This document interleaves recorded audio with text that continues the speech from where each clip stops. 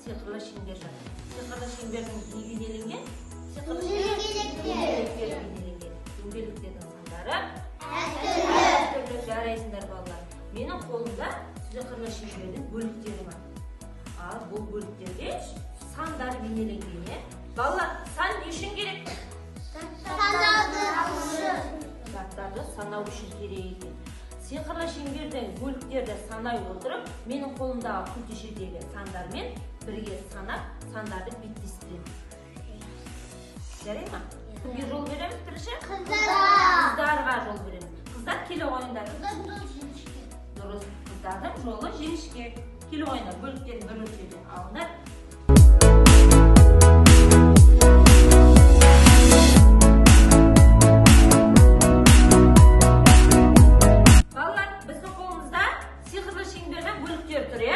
Енді бәріміз келіп, дөңгелектерді санап, сандармен беттестірейік. Келе ойындар.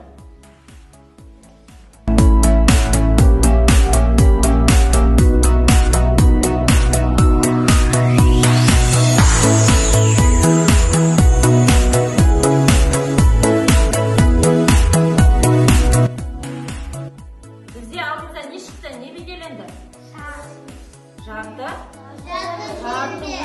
Жарты оюдың жартысын табу үшін ортадағы оюларды алып құрастырамыз.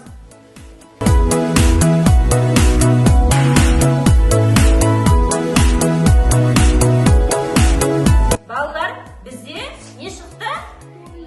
Оюлар шықты, е? Ал бұл жерде біз қандай ою таңдап екенбіз? Қошқар мүйіз оюын таңдап екенбіз.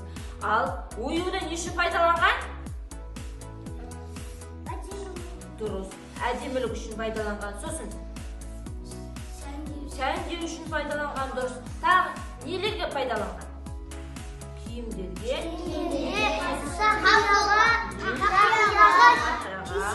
кесеге, кілемге, жастыққа. Дұрыс. Бәріне оюды әдемілік үшін, сәндік үшін пайдаланған екен. Олай болса балалар, экранға назар аударайық. Оюлар жайында толық мағлұмат білейік. Жарай ма балалар? Сәлем балалар, менің атым Қызғалдақ. Мен көктемде өсетін әдемі гүлге ұқсаймын.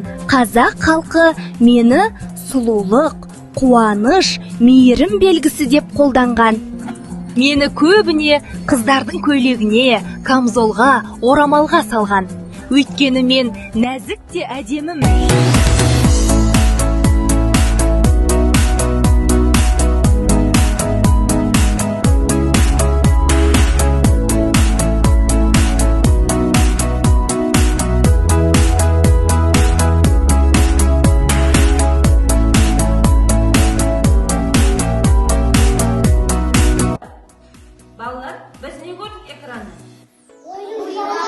Оюлар жайлар. Бізге қандай оюлар? Қызғалдақ, түйе табан. Сосын қарлығаш, жұлдыз оюларымен таныстыр. Олар жұлдыз оюы қақта тұрады екен? Аспанда жарқырап тұрады екен. Ал қарлығаш деген қандай құс? Қақта ұшады? Аспанда ұшады. Неге ата бабамыз қарлығаш ойынына ұқсасын деген? Құстай қанат қақтасын, құс сияқты аспанда самғап ұшсын деген. Жарайсыңдар балалар. Келесі біздің ойынымыз ғажайып шеңбер деп аталады. Ғажайып шеңбер ойынын ойнау арқылы біз балалар ойын орталықтарына бөлінеміз. Бізде қазір сіздермен 4 ойын орталығымен жұмыс жасаймыз. Бірінші ойын орталығында бізде қарлығаш ойын орталығы. Ол жерде балалар кестелеу арқылы қызғалдақ ойын кестелеп тігеді. Екінші ойын орталығы бізде қошқар мүйіз ойын орталығында балалар камзол мен тақияға қошқар мүйіз ойын тігеді. Үшінші бізде ойын орталығы қарлығаш ойын орталығы. Бұл жерде балалар тұмаршаға әдемілеп, сәндеп, жіп байлау әдісі арқылы тұмаршаны сәндейді. Ал төртінші орталық бізде жұлдыз орталығы. Бұл жерде балалар тоқыма аппараты арқылы тоқыма тоқуды үйренеміз. Жарай ма балалар? Ойын ойнаймыз ба? Балалар, бізде ғажайып шеңбер ойыны. Ғажайып шеңберді айналдыру арқылы ойын алаңдарына бөлінеміз. Бірінші кім бастайды тағы да? Қыздар. Жіңішке қыздардың жолы. Қыздардың жолы жіңішке. Келе қойыңдар қыздар. Алға жақындаймыз. Ғажайып шеңберді айналдыру арқылы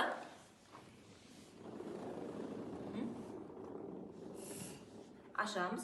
Ұяшықты ашып, өзімізге керек ойын алаңдарына барамыз. Алдық па? Дұрыс. Бара қойыңдар.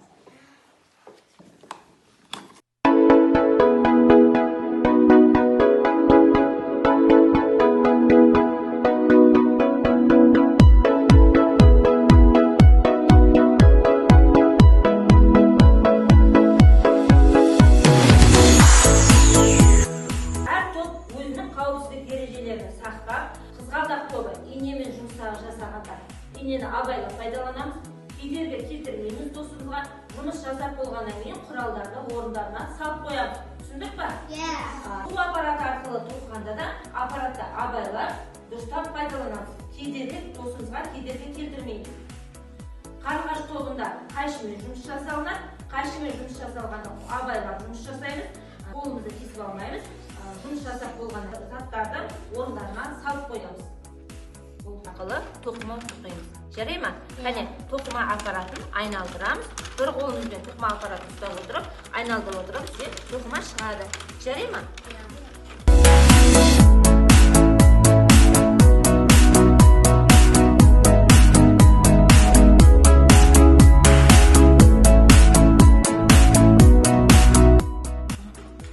Біз не істеп жатырмыз? Тұмаршаны айтамыз. Тұмаршаға жіп байлап сәндейміз, е? Бірінші жіпті қолымызға не істейміз? Орап аламыз. Содан тұмаршаны сәндейміз.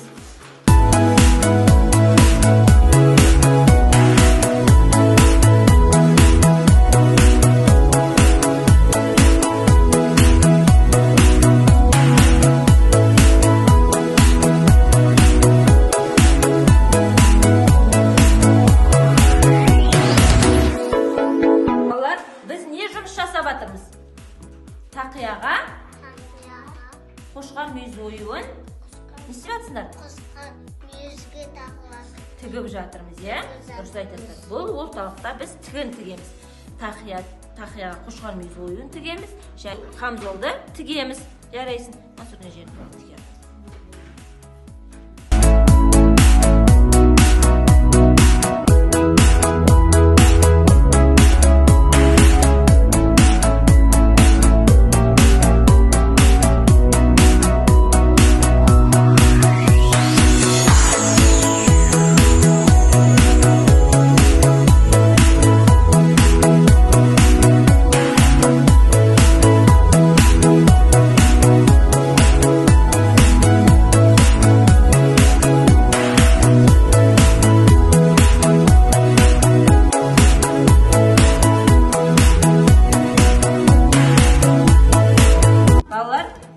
Не істеп жатырмыз? Бұл орталықта қызғалдақты кестелеп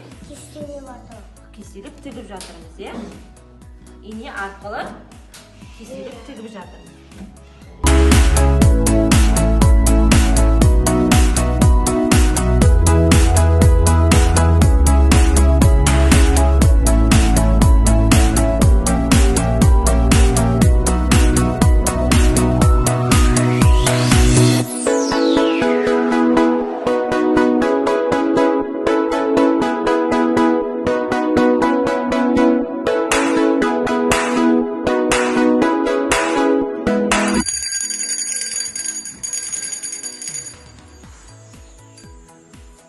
Балалар, енді бойымызды сергіту үшін сергіту сәтін жасаймыз. Балалар, қазір біз ойын ойнаймыз сергіту сәтімен. Ғажайып бізде әуен естіледі. Алдымызда біздің қандай заттар тұр? Домбыра, қамшы, тақия, иә? Домбыра, қамшы, тақия тұр. Қандай әуен естиміз? Егер домбыраның дауысын естісек, біз домбырамен билейміз, қамшыны алып келеміз. Тақия жайында әуен естісек, тақияны алып билейміз. Жарай ма балалар? Иә.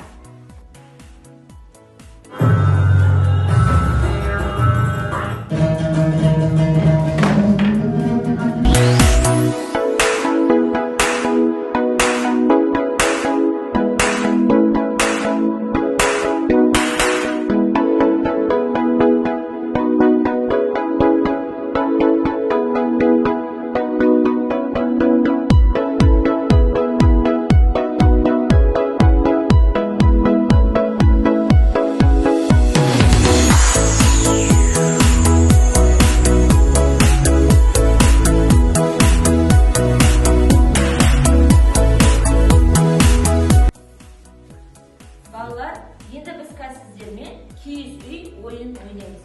Киіз үй үшін қолданған? Бізде ата-бабамыз тұрған. Иә, ата-бабамыз тұрған, иә. Бұл киіз үйде жинауы оңай және таза, жылы болған. Қысты күні жылы, жазды күні салқын болған. Біздің ата-бабамыз көшпелі халық болған, иә. Сондықтан олар көшіп қонып жүру үшін киіз үйде тұрған. Киіз үй киізді қойдың жүнінен жасалатын болған киіз. Енді қазір балалар біз жасаған жұмыстарымызды, ойын алаңдарында жасаған жұмыстарымызды әкеліп, осы киіз үйді сәндейміз. Жарай ма балалар? Орталықтардан, алаңдардан жасалған жұмыстарды әкеліп, киіз үйде қоя аламыз.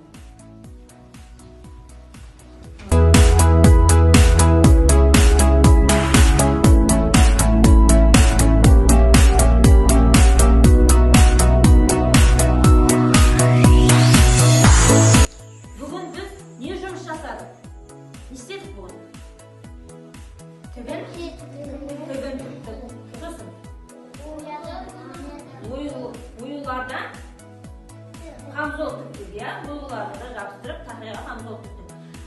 Сосын біз не істедік тағы? Кесте тіктік.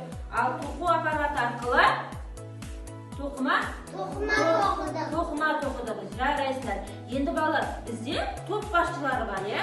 Әр топ басшысы өзінің жасаған жұмыстарын бізге таныстырып өтсін.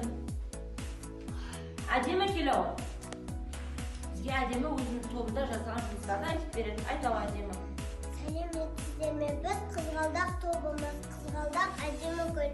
Ол көктемнің сұлулықтың белгісі. Қазақ қыздарының киімдеріне, қамзолдарына гүл оюларын тіккен. Сәлеметсіздер ме? Біз жұлдыз тобы. Жұлдыз жарық пен үміттің белгісі. Қазақта жұлдыз оюын киімдерге, әшекейлерге салған. Біз байлау әнші арқылы тұмаршаға жасадық.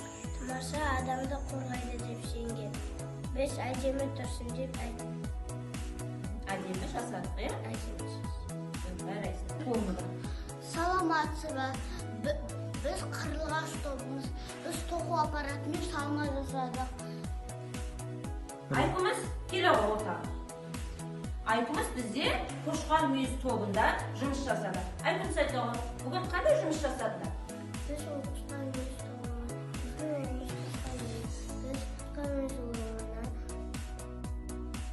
тақияға ою жабыстырды, иә? Иә. Сосын қамзол тіктік. Балалар, бүгінгі сәргеттен немен таныстық біз? Оюлармен. Біз бүгін оюлармен таныстық. Оюлардан түрлі заттар жасады. Жарайсыздар. Бүгінгі сәргетіміз ұнар ма сіздерге? Иә. Бүгінгі сіздер сәргетке өте жақсы қатыстыңыздар. Мен сіздерге көп рахмет айтамын. Сіздер өте жақсы қатысқандарыңыз үшін мен сіздерге бауырсақ алып келдім. Бұл бауырсақ қазақтың біздің ұлттық тағамымыз, ұлттық нанымыз. Сіздер өскенде үлкен азамат болып, саналы ұрпақ болып өсуіңізге тілектеспін. Біздің қазақ халқымыздың салт дәстүрін дәріптейтін үлкен азамат болыңыздар. Бүгінгі бауырсақтан келіп, бәрін аламыз.